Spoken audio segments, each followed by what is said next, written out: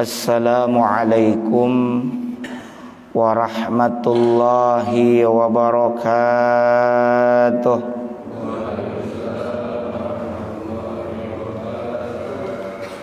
Alhamdulillah, alhamdulillahilladzi bi ni'matihi tatimmus shalihat. Wassalatu wassalamu ala sayyidis sadat Sayyidina wa maulana Muhammad wa ala alihi wa ashabihi kan nujumin nayyirat. Amma ba'du, Rabbi syrah li sadri wa yassir li amri wahlul 'uqdatam min lisani yafqahu qawli. Rabbi zidni ilma warzuqni fahma birahmatika ya arhamar rahimin. Yang kami muliakan para asatidz, para hujaj, para sepuh, bini sepuh, para bapak, saudara sekalian jamaah Masjid Makkah Bukit Cimanggu City, yang mudah-mudahan senantiasa ada dalam rahmat dan ridho Allah Subhanahu wa taala. Juga teriring doa semoga semuanya dalam keadaan sehat wal afiat. Amin ya Allah ya rabbal alamin. Puji dan syukur mari sama-sama kita panjatkan kehadirat Allah Azza wa Jalla yang senantiasa menganugerahkan segala karunia nikmatnya kepada kita. Utamanya adalah nikmat iman, nikmat Islam, nikmat sehat wal afiyah, dan tak lupa pula nikmat waktu luang. Alhamdulillah. Salawat beriring salamnya semoga senantiasa tercurahkan kepada Rasulullah Muhammad sallallahu alaihi wasallam, juga teruntuk keluarga beliau, para sahabat beliau, para tabi'in, tabi'ut tabi'in, atba'ut tabi'in, hingga kita sekalian semoga termasuk dalam jajaran umatnya yang berusaha taat akan syariat dan menghidupkan sunnah-sunnahnya. Semoga kelak mendapatkan syafaatul uzma dari beliau di yaumil akhir nanti. Amin ya Allah ya rabbal alamin. Mengawali pengajian pada kesempatan Sabtu pagi ini, pada kesempatan pagi ini adalah tanggal 18 Safar 1443 Hijriyah, bertepatan dengan 25 September 2021 Miladiyah. Mari kita awali pertemuan ini dengan membaca suratul Fatihah. Semoga dengan keberkahan suratul Fatihah Allah mudahkan segala urusan kita, utamanya taat kepada Allah Subhanahu wa taala. Hasil maksud yang dicita-citakan, utamanya hasil daripada pengajian ini berupa ilmu yang bermanfaat dan barokah. Dengan keberkahan Al-Fatihah ini pula yang sakit di antara kita, di antara jamaah kita, di antara karib kerabat, andai tolan sanak pemilik kita, semuanya disehatkan kembali, semuanya disembuhkan kembali. Ala hadhihi niyyah wa ala kulli niyatin salihah wa ila hadratin nabiyil mustafa Muhammadir Rasulillah sallallahu alaihi wasallam wa ala alihi wa azwajihi wa dhurriyyatihi wa li baitihi wa liman dakhala fi baitihil kiram syai'un lillahi lahumul Fatihah. A'udzu billahi minasy syaithanir rajim. Bismillahirrahmanirrahim. Alhamdulillahi rabbil alamin. Ar-Rahmanir Rahim. Maliki yaumiddin. Iyyaka na'budu wa iyyaka nasta'in. Ihdinas siratal mustaqim. siratal ladzina an'amta 'alaihim ghairil maghdubi 'alaihim waladdallin.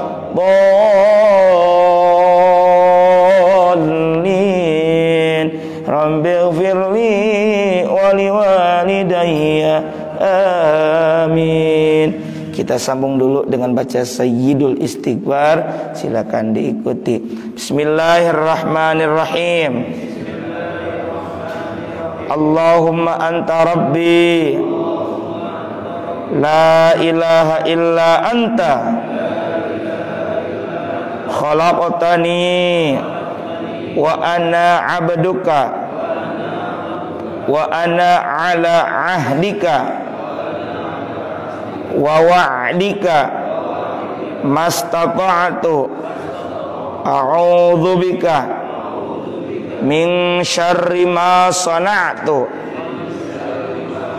abu'u laka bi ni'matika 'alayya wa abu'u bi dzambi faghfirli fa innahu la yaghfirudz dzunuba illa anta.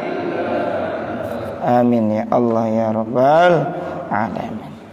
Para bapak jamaah sekalian rahimakumullah, pada kesempatan ini bahasan yang akan kita kupas adalah mengenal karakter ibadur rahman di dalam Al-Quran.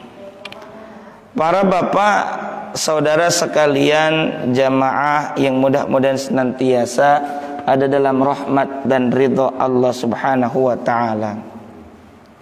Kita semua ini adalah hamba-hamba Allah. Kenapa demikian? Karena di dalam Al-Quran surah Az-Zariyat ayat 56 Allah Ta'ala berfirman, Bismillahirrahmanirrahim, wa ma khalaqtul jinna wal insa illa liya'budun.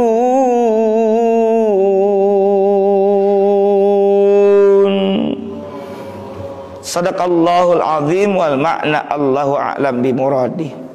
Wa ma dan tidaklah khalaqtu aku, kata Allah, ciptakan al jinna wal insa, jin dan manusia, illa melainkan. Berarti di sini ada penegasan dan ada pembatasan. Melainkan liya'budun ay illa liya'buduni, kata Allah begitu.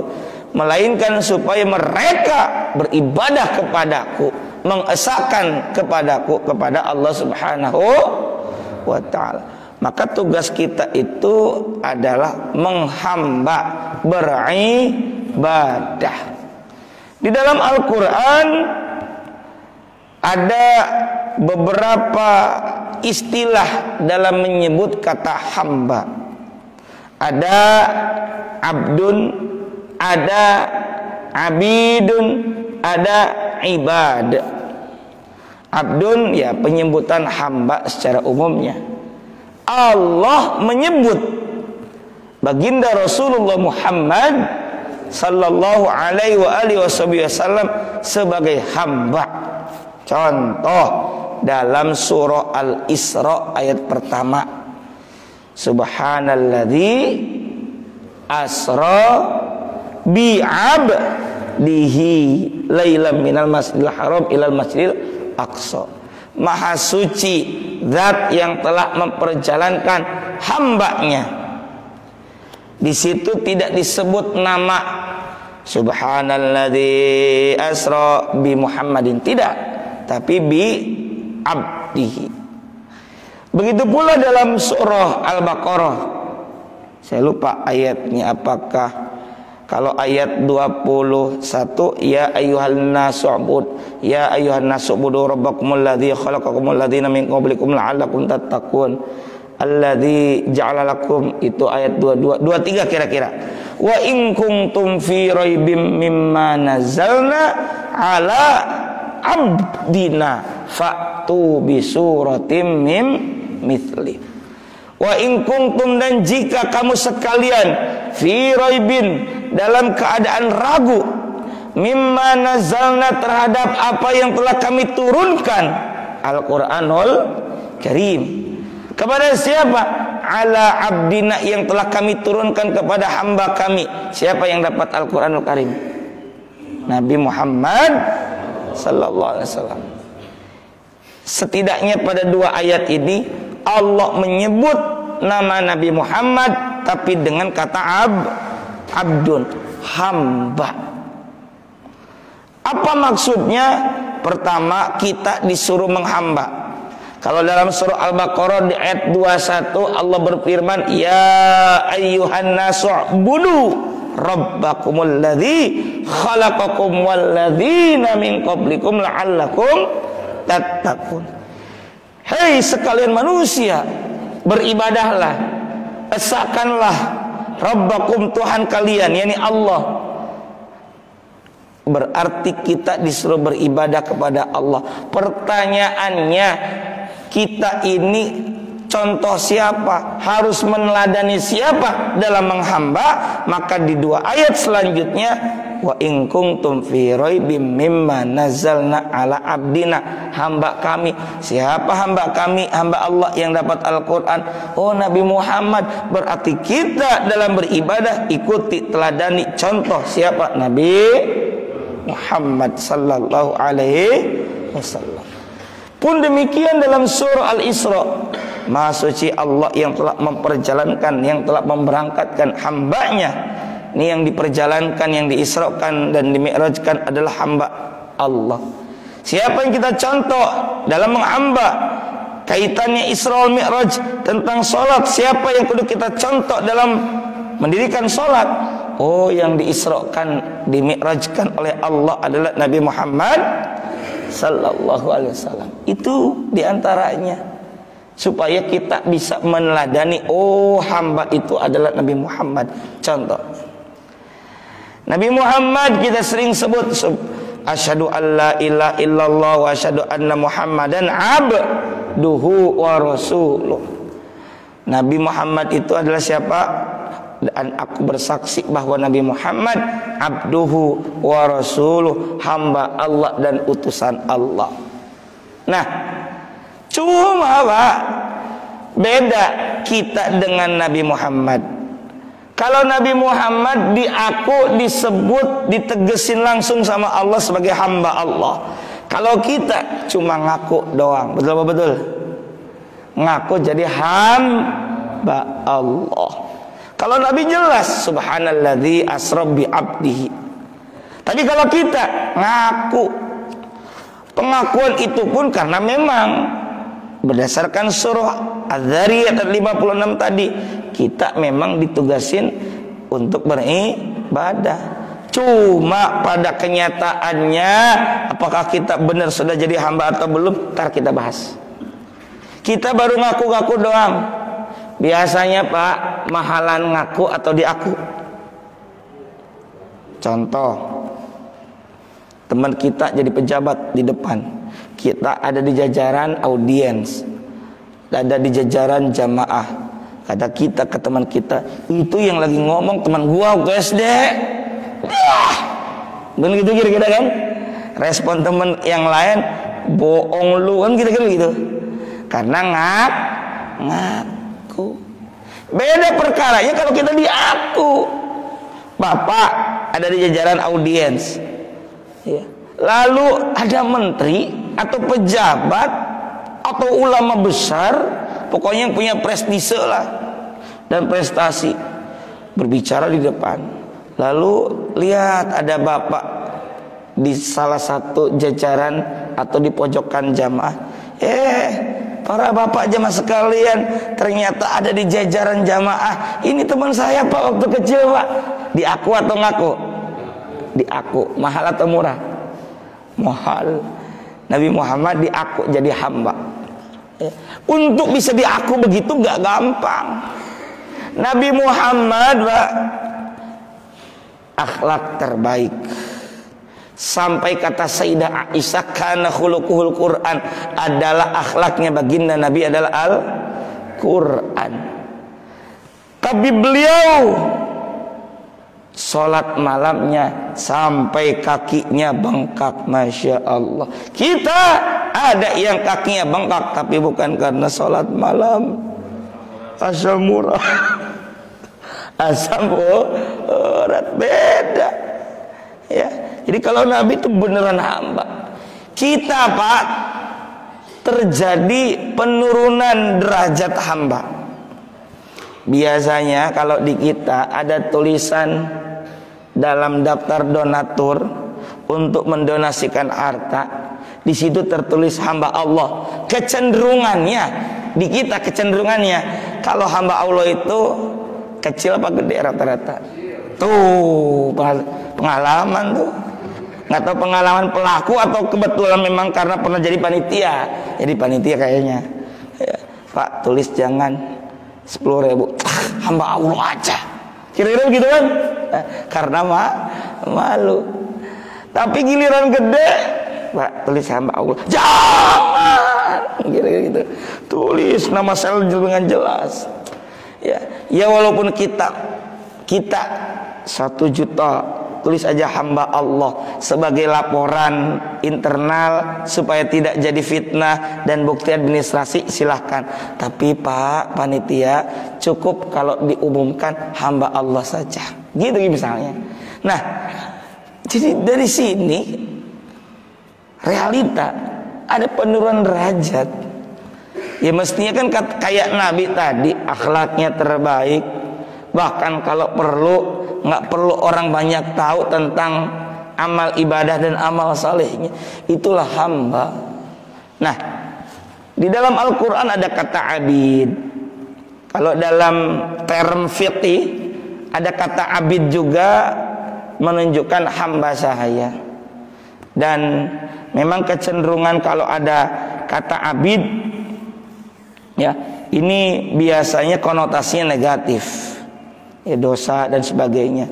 Tapi kalau ibad, nah ini konotasinya kepada hal-hal yang positif ya.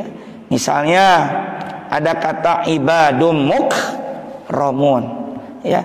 Ada ibadun mukramun, ini hamba-hamba Allah mukramun dalam surah Al-Anbiya ayat 26. Ibadun mukramun, hamba-hamba yang dimuliakan, konotasinya positif. Kemudian ada lagi yang akan kita bahas pada kesempatan ini, yakni ibadur rahman, hamba-hamba Allah ar-Rahman yang maha pengasih. Nah tentu ketika kita sudah tahu, ya memang kita disuruh menghamba, beribadah kepada Allah, kita pengen dong bukan sekedar hamba doang, tapi memang pengen menyesuaikan seperti yang Allah titahkan.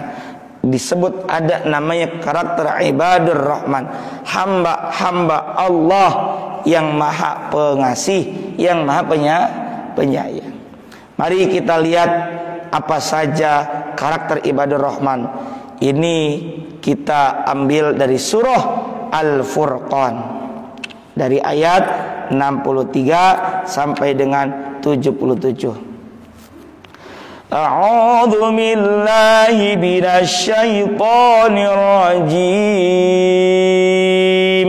Bismillahirrahmanirrahim.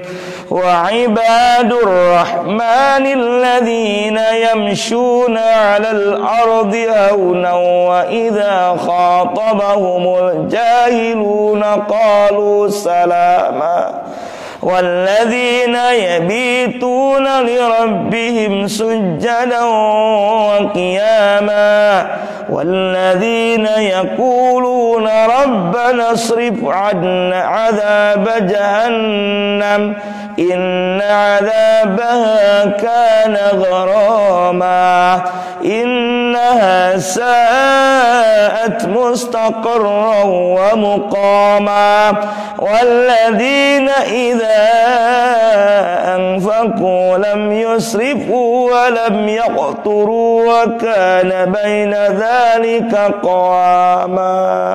Sadaqallahul azim wal ma'na Allah alam bimuradi. Mari kita lihat ibadur rahman, hamba-hamba Allah yang maha pengasih. Ini ada setidaknya ada 8 karakteristik daripada ibadur rahman.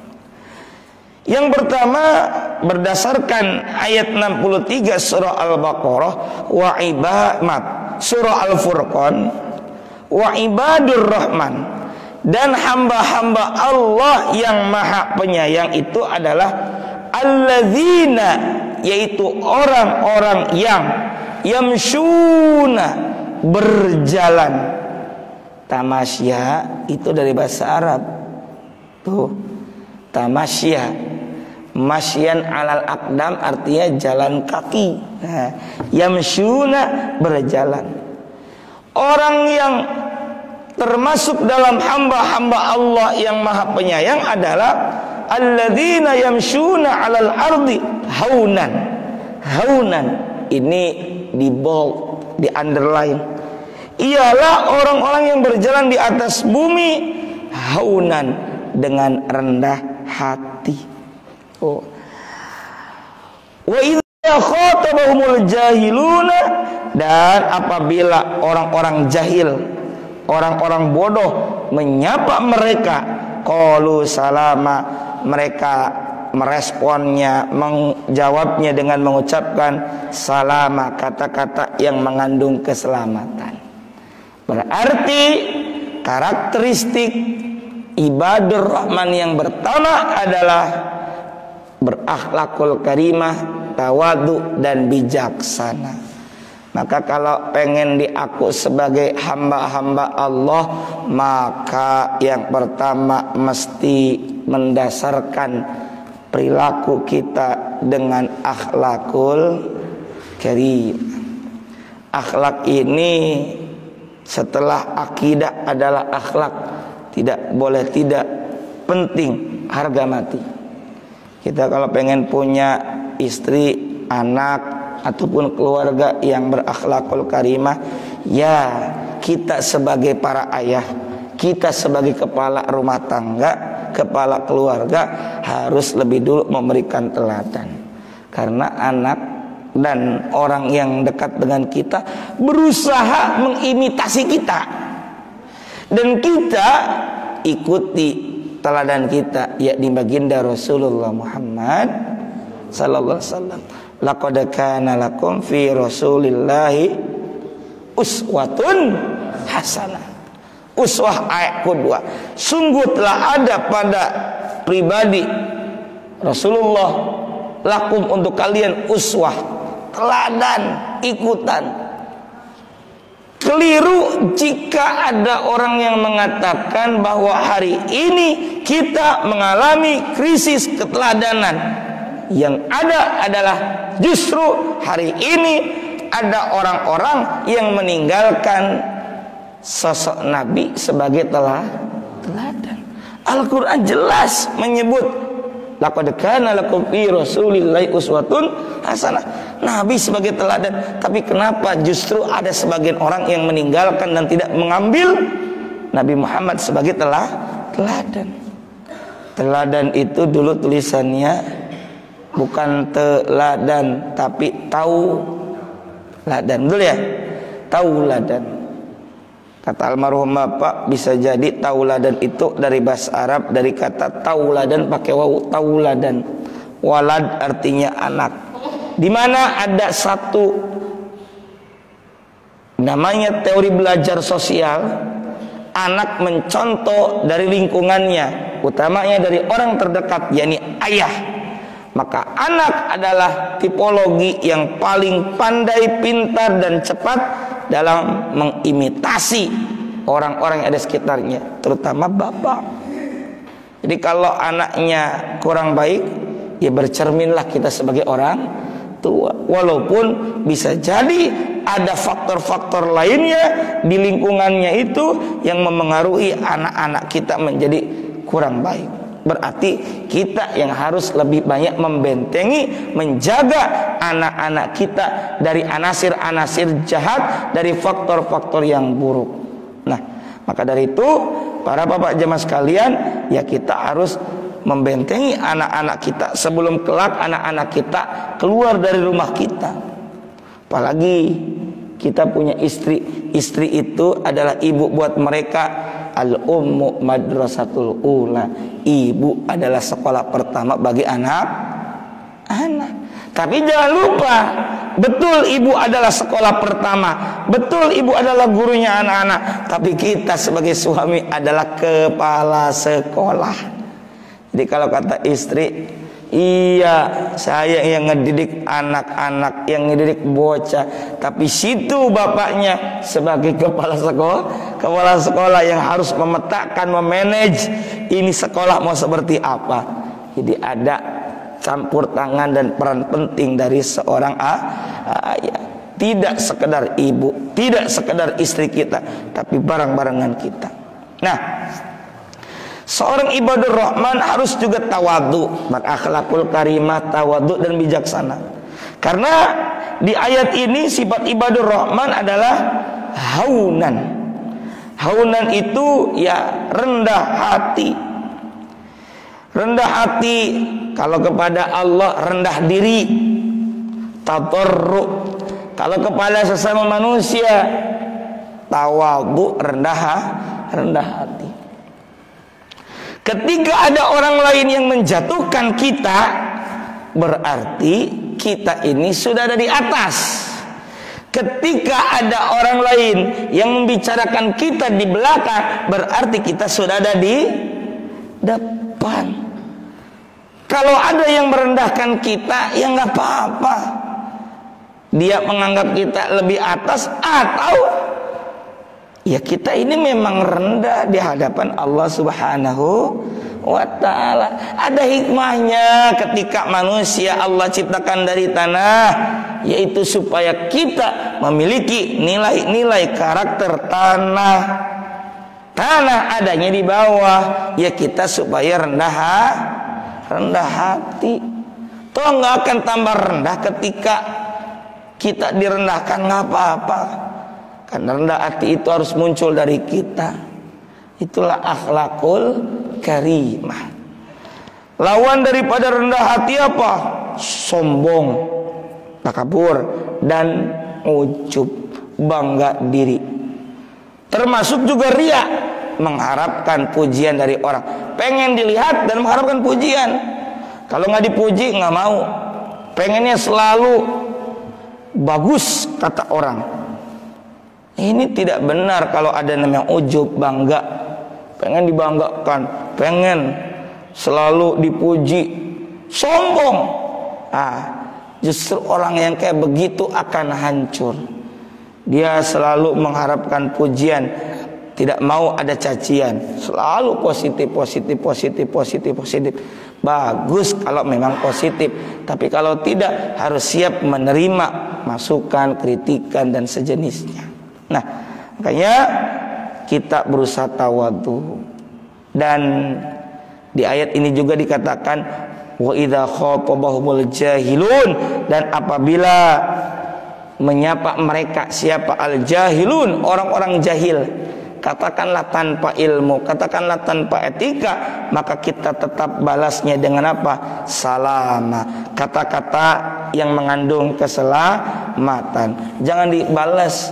Kalau kebodohan kita balas dengan kebodohan lagi, sama kayak orang gila, sama-sama gilanya.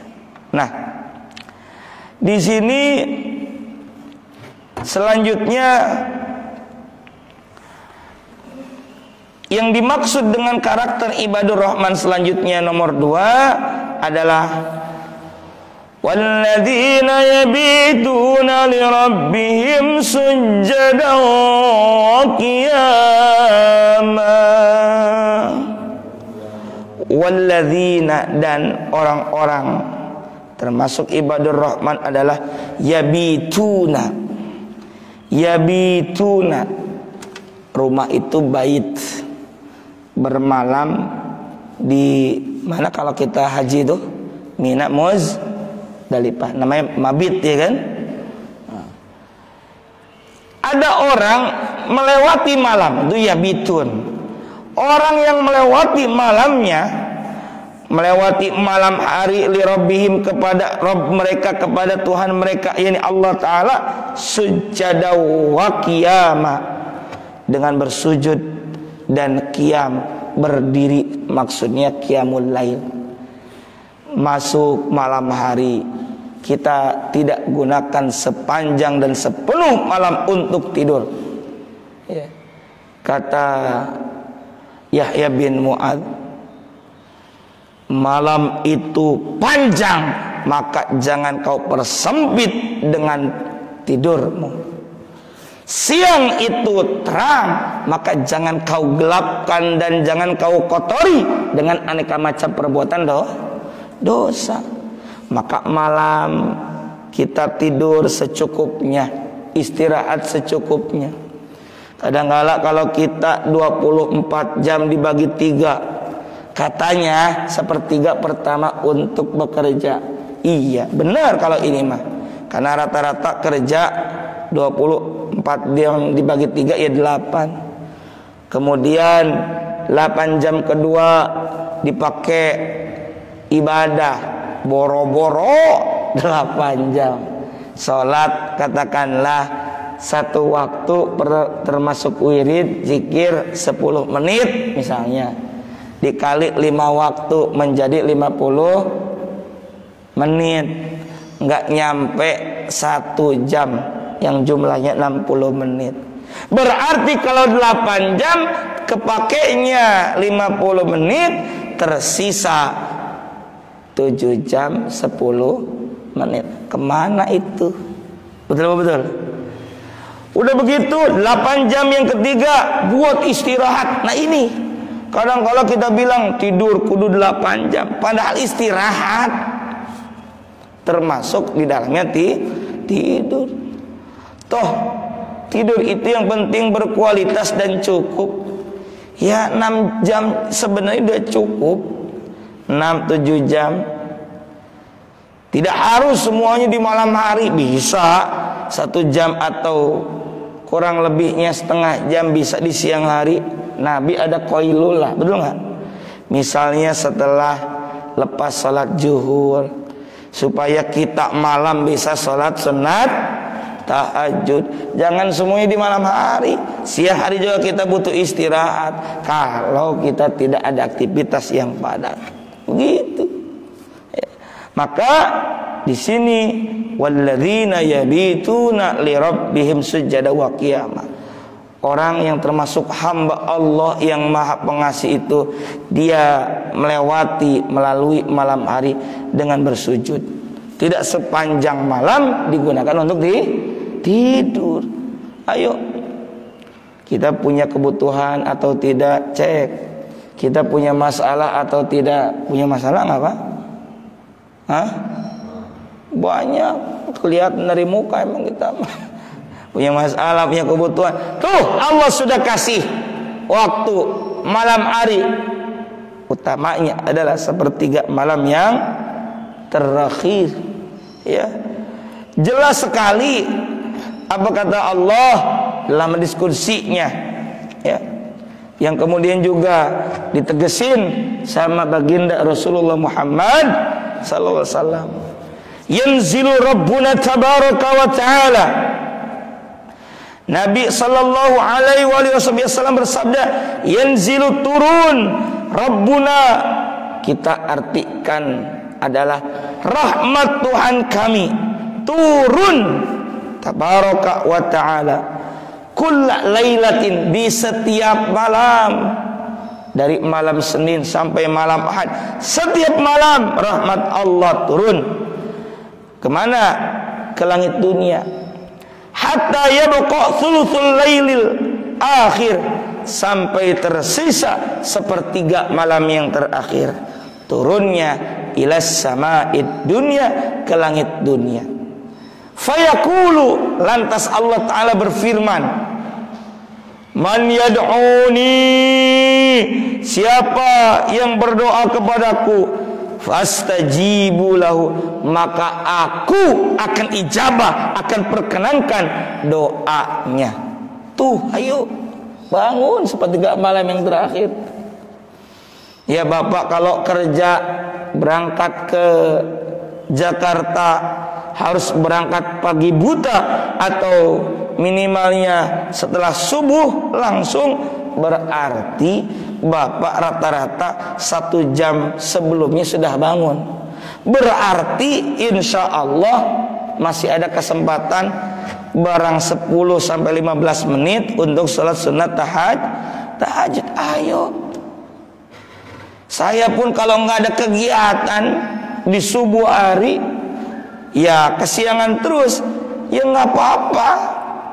Alhamdulillah Allah kasih kita ada kegiatan. Saya rata-rata setiap akhir pekan subuh dan ahad itu ada kajian, sehingga biasanya bangun lebih awal. Ya kalau nggak begitu saya juga mungkin malas. Kata orang Sunda, kalau nggak begitu kedul. Sama Allah dikasih itu agenda begitu, sama kayak Bapak. Aslinya kalau nggak bangun sengaja dirutinkan susah, maka Allah kasih kerja keluar kota, bangun lebih awal supaya bisa salat sunat tahajud.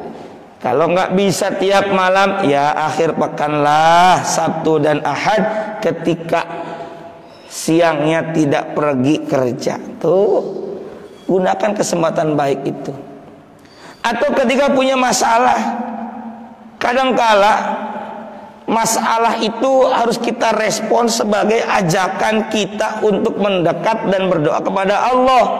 Kalau nggak begitu, mungkin nggak bangun malam, betul nggak? Ya. Makanya kata Imam Ibnu Athaillah As-Sakandari, istiqomah terus-terusannya kamu meminta berdoa kepada Allah itu lebih baik, itu lebih utama ketimbang diijabahnya doa. Loh, bukankah kita berdoa pengen diijabah, maksudnya diwujudkan dalam perwujudan keinginan kita? Iya. Cuma kalau kita yang tadinya nggak biasa bangun malam, nggak biasa minta sama Allah di sepertiga malam yang terakhir, ketika keinginan kita diwujudkan, masalahnya diselesaikan, esok lusa bangun malam lagi nggak? Kalau nggak biasa bangun malam, karena masalahnya sudah diberesin sama Allah, keinginannya sudah diwujudkan oleh Allah, besok lusa dia sholat sunat tahajud lagi nggak? Bangun malam lagi nggak? Enggak, atau mungkin belum tentu. Ya bagus, belum tentu. Tapi karena nggak biasa ya susah. Karenanya ada hikmahnya juga ketika ada masalah, jadi kita bangun malam, belum beres masalah, terus bermunajat terus kepada Allah, doa terus ya. Makanya kata Allah gitu, man yad'uni fastajiba lahu, siapa yang berdoa kepadaku, aku akan perkenankan doanya. Wa may yastaghfiruni, dan siapa yang mohon ampun kepadaku, faghfirlahu, maka aku pasti akan ampuni dosa-dosanya. Tuh, kita banyak dosa nggak Pak? Banyak dosa nggak? Banyak dosa? Banyak, yang disengaja maupun disengaja banget. Kalau nggak disengaja, iya itu mau jelas. Ini udah tahu dosa, dikerjain terus ya. Semoga Allah ampuni dosa-dosa kita. Amin Allahumma amin. Gitu ya.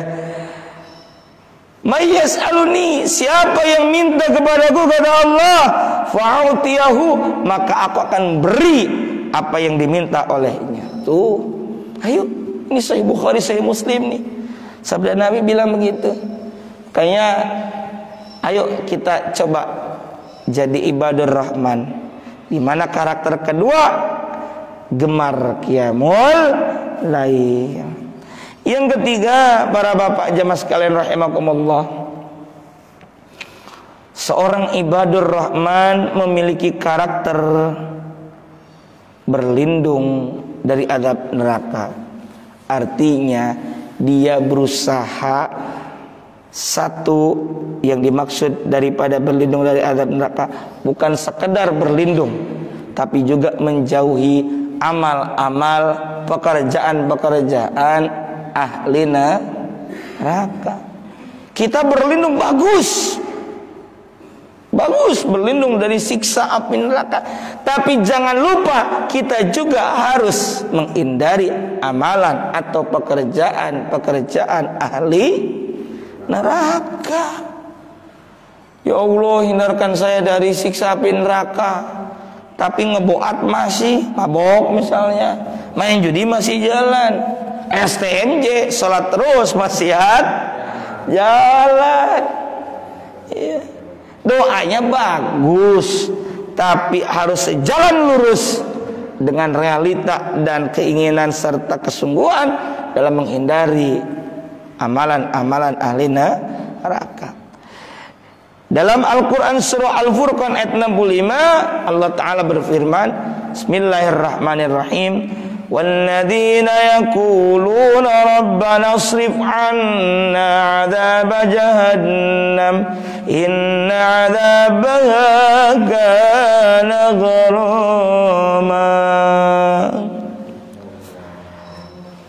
Ibadur Rahman adalah orang-orang yang berkata, Rabbana, ya Allah, ya Tuhan kami, isrif 'anna 'adzaba jahannam. Isrif, jauhkan, anna dari kami, adzab jahannam, siksa neraka jahannam. Inna adzabaha, sesungguhnya azab jahannam itu kana gharama, adalah kehancuran, adalah kebinasaan yang kekal. Ya.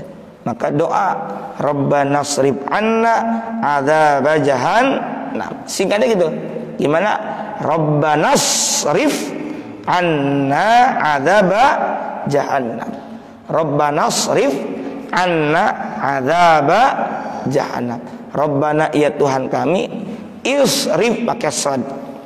Rabbana srif, ya Allah, jauhkanlah, hindarkanlah, anna dari kami, jahannam, neraka jahannam. Ingat, neraka itu tidak memanggil, tapi kenapa ada sebagian orang justru mengerjakan amalan-amalan ahli neraka dan mendekati kepada neraka. Surga yang jelas-jelas memanggil kita, surga yang jelas-jelas luas, yang mana luasnya kata Allah dalam Al-Quran, wa jannatin arduhas samawat wal ard. Luasnya surga itu adalah seluas langit dan bumi. Kenapa kita tidak mau berbondong-bondong, atau kenapa ada sebagian orang tidak mau berbondong-bondong memasuki surga? Surga itu luas, maka jangan sendirian, ajak orang-orang yang kita cintai ikut masuk ke dalam surga. Dengan cara apa? Ya, ajak mengerjakan amalan-amalan ahli surga. Dalam beberapa kesempatan doa kita sering membaca waqina adzaban. Doa mau makan itu pun ada waqina adzaban. Kenapa dalam doa mau makan ada kutipan di ujung doa itu waqina adzabannar, dan hindarkan kami dari siksa api neraka? Karena ada orang dan berpotensi dengan makanan tersebut bisa masuk neraka. Satu, memakan makanan yang haram. Dua, makanan tersebut tidak barokah, tidak berpengaruh kepada kebaikan. Mana? Ya, makanan yang minimalnya syubhat, yang lebih parahnya lagi yang haram. Yang ketiga, ada makanannya jelas sumbernya halal, tapi dia gunakan dengan cara yang tidak benar. Halal hasilnya, tapi dipakai main judi. Halal, tapi dipakai zina. Halal, tapi dipakai kemusyrikan kepada Allah. Na'udzubillahi min dzalik. Ya. Dalam hadis Nabi itu, la tazulu qadama 'abdin hatta yus'alu an arba'in. Tidak akan bergeser kedua telapak hamba sehingga akan ditanya tentang 4 perkara. Tentang umur dihabiskan untuk apa? Tentang jasad dihabiskan sampai tua digunakan untuk apa? Ilmu diamalkan untuk apa? Dan nih yang keempat, harta didapat dari mana dan dibelanjakan kemana. Jadi ada 2 kalau harta. Makanya kalau di kita ada istilah BPK, PPATK untuk menelusuri ini aliran dana dari mana dan kemana. Benar cara mendapatkannya, halal hasilnya, tapi dipakai judi misalnya. Na'udzubillahi min dzalik. Makanya waqina adzabannar tuh. Hindarkan kami dari siksa api neraka. Nah, sebagai ibadur rahman, berlindung dari azab neraka bukan sekedar doa saja, tapi juga harus ada aplikasi dengan cara menghindari amalan-amalan ahli neraka. Yang keempat, ibadur rahman itu adalah pertengahan dalam infak, dalam membelanjakan harta. Ya, tidak bakhil. Apa bakhil itu? Pelit atau kikir. Juga tidak berlebih-lebihan, tidak boros. Dalam Al-Quran surah Al-Furqan ayat 67 Allah Ta'ala berfirman, Bismillahirrahmanirrahim, walladzina idza anfaqu lam yusrifu wa lam yaqturu wa kana baina dzalika qawama. Walladzina, dan termasuk orang ibadur rahman adalah orang-orang yang apabila idza anfaqu, apabila membelanjakan harta, lam yusrifu, tidak israf, tidak berlebih-lebihan, nggak boros. Walam yaqturu, dan tidak pula kikir. Berarti pertengahan. Wa kana baina dzalika qawama, dan adalah pembelanjaan itu secara qawama, tengah-tengah antara pelit dan boros. Ya tengah-tengah, moderat lah istilahnya, nggak berlebihan. Ya kita boleh bersedekah, tapi jangan lupa di rumah kita juga punya anak, istri. Jangan lupa bahwa sedekah, infak yang bersifatnya wajib adalah infak berupa nafkah kepada anak dan istri keluarga kita. Itu jangan lupa. Kemudian yang kelima, termasuk karakteristik ibadur rahman adalah tidak menyekutukan Allah, tidak membunuh, tidak berzina. Dalam ayat 68 masih surah Al-Furqan, walladzina, dan orang-orang yang la yad'una ma'allahi ilahan akhar, yang tidak menyembah Tuhan yang lain beserta Allah. Berarti harus memurnikan, mengesahkan Allah dalam berdoa, dalam beribadah. Tidak boleh menyekutukan Allah. Kita riya saja disebut syirik kecil. Kenapa riya disebut syirik kecil? Satu sisi ingin mendapatkan pahala dari Allah, sisi yang lain ingin mendapatkan pujian dari orang lain, dari manusia. Na'udzubillahi min dzalik, yang kemudian disebut dengan syirkul asghar, syirik level kecil. Ini apalagi yang gede. Selain menyembah Allah juga mempercayai, punya keyakinan kepada selain Allah. Na'udzubillahi min dzalik, ya. Wala yaqtuluna an-nafsa allati harramallahu illa bil haqq, dan tidak membunuh jiwa yang diharamkan Allah membunuhnya kecuali dengan alasan yang benar seperti kalau ada qisas. Wala yaznun, dan tidak berzina. Berarti ibadur rahman ini tidak berbuat kemusyrikan, tidak membunuh, tidak berzina. Artinya menghindari segala aneka macam perbuatan dosa. Maka kalau kita pengen diaku jadi hamba Allah, ya begitu. Beneran ibadah kepada Allah. Tidak boleh musyrik, tidak boleh membunuh, tidak boleh berbuat zina. Ya. Hari ini kalau kita boleh jujur, dengan adanya fasilitas sosial media, kalau kita tidak ditopang dan didasari dengan akidah keimanan yang kokoh, bisa saja sosmed itu menjadi pintu masuk dan fasilitas setan untuk menggoda kita. Betul nggak? Kalau kita nggak kuat. Yang salah bukan medianya, benar bukan. Media teknologi sarana IT itu ya ibarat pisau, tergantung siapa yang menggunakan. Kalau pisau misalnya digunakan oleh chef, oleh koki, manfaat. Tapi kalau digunakan oleh residivis, pembunuh, kriminal, ya bisa jadi dipakai untuk membunuh.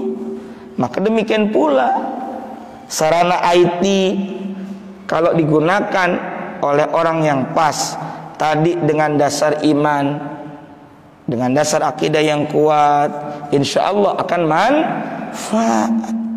Di masa pandemi ini alhamdulillah banyak sekali kita menggunakan, memanfaatkan sarana IT, sarana teknologi komunikasi. Alhamdulillah, seperti kita live streaming ini supaya nanti terarsipkan, terdokumentasikan. Ini nanti saya masukkan YouTube, nanti tinggal cari. Misalnya channel saya di YouTube itu Gustaqi, GUS spasi TAQI. Cari misalnya, sehingga orang pun bisa mendapatkan nilai manfaat. Dulu ada yang nyinyirin saya dengan menyebut dai sosmed atau ustadz YouTube, nggak apa-apa. Sekarang kalau dia mau ceramah, dia lihat YouTube saya, cari inspirasi, yang nggak apa-apa juga. Kita nggak bisa melarang anak-anak untuk tidak buka sosial media, tidak buka YouTube. Kata kita jangan ngaji di YouTube, ya, atau hati-hati dengan YouTube. Tapi yang bisa kita lakukan adalah mewarnai. Kalau tidak bisa mewarnai, menyeleksi. Misalnya kata kita, nak, nih kalau mau nonton YouTube channelnya ini, di subscribe biar nanti dapat notifikasi, biar yang positif yang kita peroleh. Begitu, ya.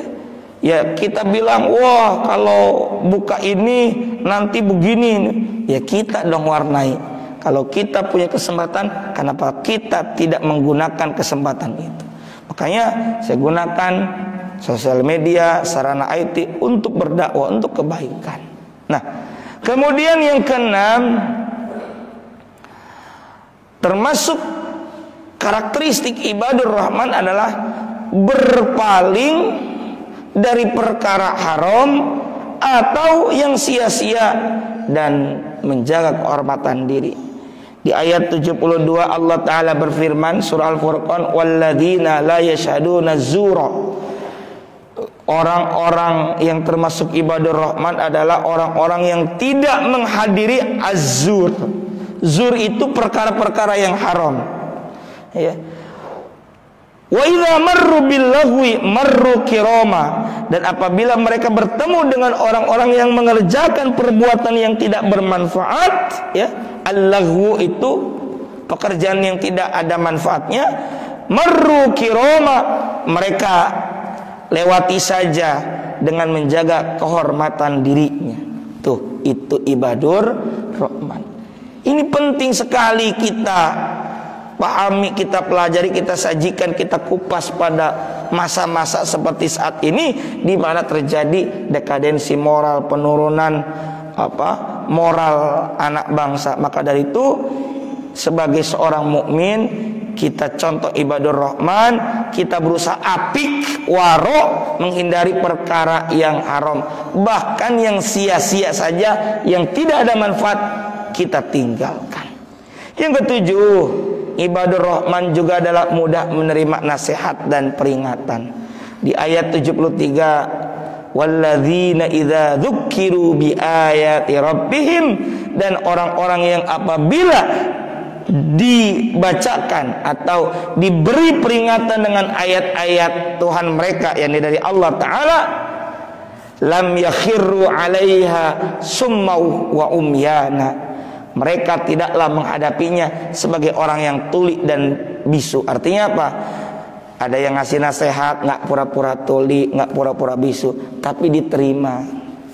Karena di dalam Al-Quran surah Al-Asr ada ayat, wal asri innal insana lafi khusrin illa alladhina amanu wa amilus solihati wa tawasaw bil haqqi wa tawasaw bis sabr.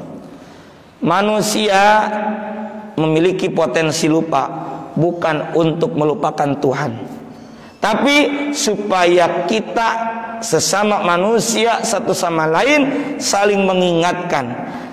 Dalam ayat 3 surah Al-Asr tadi, illal ladzina amanu wa amilus solihati wa tawassaw bil haqqi wa tawassaw bis sabr, saling menasihati terhadap kebenaran dan kesabaran. Ketika ada teman kita yang mengingatkan perkara akhirat, maka yakinlah teman kita, tetangga kita tidak hanya ingin berteman dengan kita di dunia saja, tapi juga berlanjut di akhirat. Ayo, ya, maka terima nasihat dan peringatan. Yang terakhir, karakter ibadur rahman adalah mohon kepada Allah agar diberikan pasangan dan keturunan yang baik dan menyejukkan hati. Walladzina yaquluna rabbana hablana min azwajina wa dzurriyyatina qurrata a'yunin waj'alna lil muttaqina imama. Dan orang-orang yang berkata, Rabbana hablana, ya Allah anugerahkanlah kepada kami, min azwajina, daripada pasangan-pasangan kami, wa dzurriyyatina, dan anak cucu keturunan kami. Dari sini ada satu informasi bahwa kenapa azwajina baru dzurriyyatina. Tidak akan punya dzurriyyah yang baik kalau tidak punya pasangan yang baik. Maka yang belum punya pasangan, usahakan dan berdoa agar diberikan pasangan yang terbaik, sehingga kelak punya keturunan yang baik. Kalau sudah punya pasangan seperti para bapak, berarti bapak didik dan jadikan kualitasnya menjadi kualitas seorang istri yang terbaik, sehingga lahir atau memiliki keturunan yang berkualitas. Qurrata a'yun, qurrata itu penyejuk, penyenang mata hati kami. Waj'alna lil muttaqina imama, dan jadikanlah kami imam atau pemimpin bagi orang-orang yang bertakwa. Amin ya Allah ya Rabbal alamin. Inilah 8 karakter daripada ibadur rahman. 1, berakhlakul karimah, tawadhu dan bijaksana. Yang kedua yaitu apa tadi? Yang kedua apa? Qiyamul lail, gemar dalam salat malam. Yang ketiga, berlindung dari azab neraka. Yang keempat, pertengahan dalam membelanjakan harta, tidak kikir, tidak juga boros. Yang kelima, tidak berbuat kemusyrikan, tidak membunuh dan tidak berbuat zina. Yang keenam, berpaling dari perkara haram dan perkara-perkara yang sia-sia, juga menjaga kehormatan diri. Yang ketujuh, mudah menerima nasihat dan peringatan. Serta yang kedelapan, mohon kepada Allah agar diberikan pasangan yang terbaik serta keturunan yang menjadi qurrata a'yun. Amin ya Allah ya Rabbal alamin. Ini saja mungkin yang bisa kami sampaikan. Ada pertanyaan? Kalau tidak ada, mungkin nanti bisa saling sambil ramah-tamah di luar.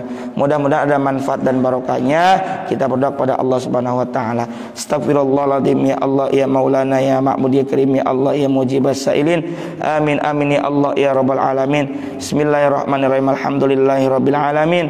Hamdan na'imin hamdan syakirin. Hamdan yuwafi ni'amahu yukafi mazidah. Ya Rabbana lakal hamdu wa lakas syukur kama yanbaghi li jalali wajhikal karim wa li 'azimi sultanik.